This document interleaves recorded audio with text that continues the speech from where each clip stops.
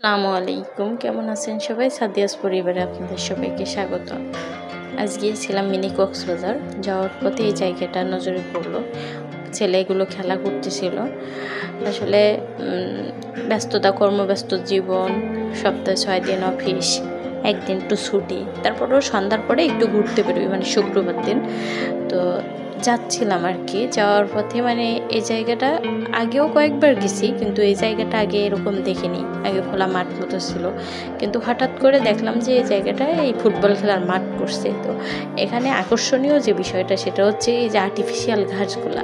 দেখেন মানুষের কি ব্রেন, মানুষ প্রাকৃতিক ওই ঘাস আর বানাইতে পারলো না, কিন্তু সেই মতো করে আর্টিফিশিয়াল ঘাসগুলো লাগিয়ে ফেললো।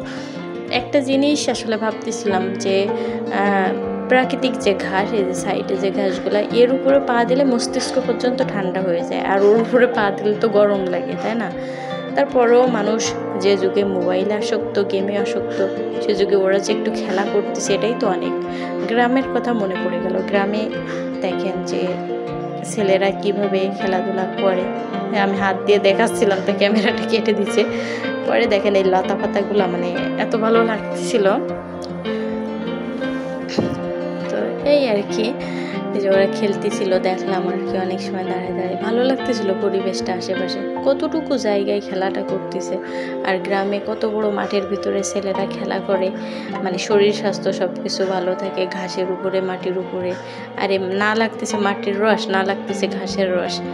আমি এবার এই সামনে যে ঘাস, ওই ঘাসের উপরে পা দিয়ে দেখতেছিলাম।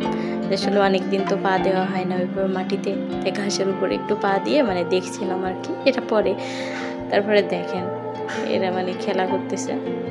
সবাই ভালো থাকবেন, সুস্থ থাকবেন।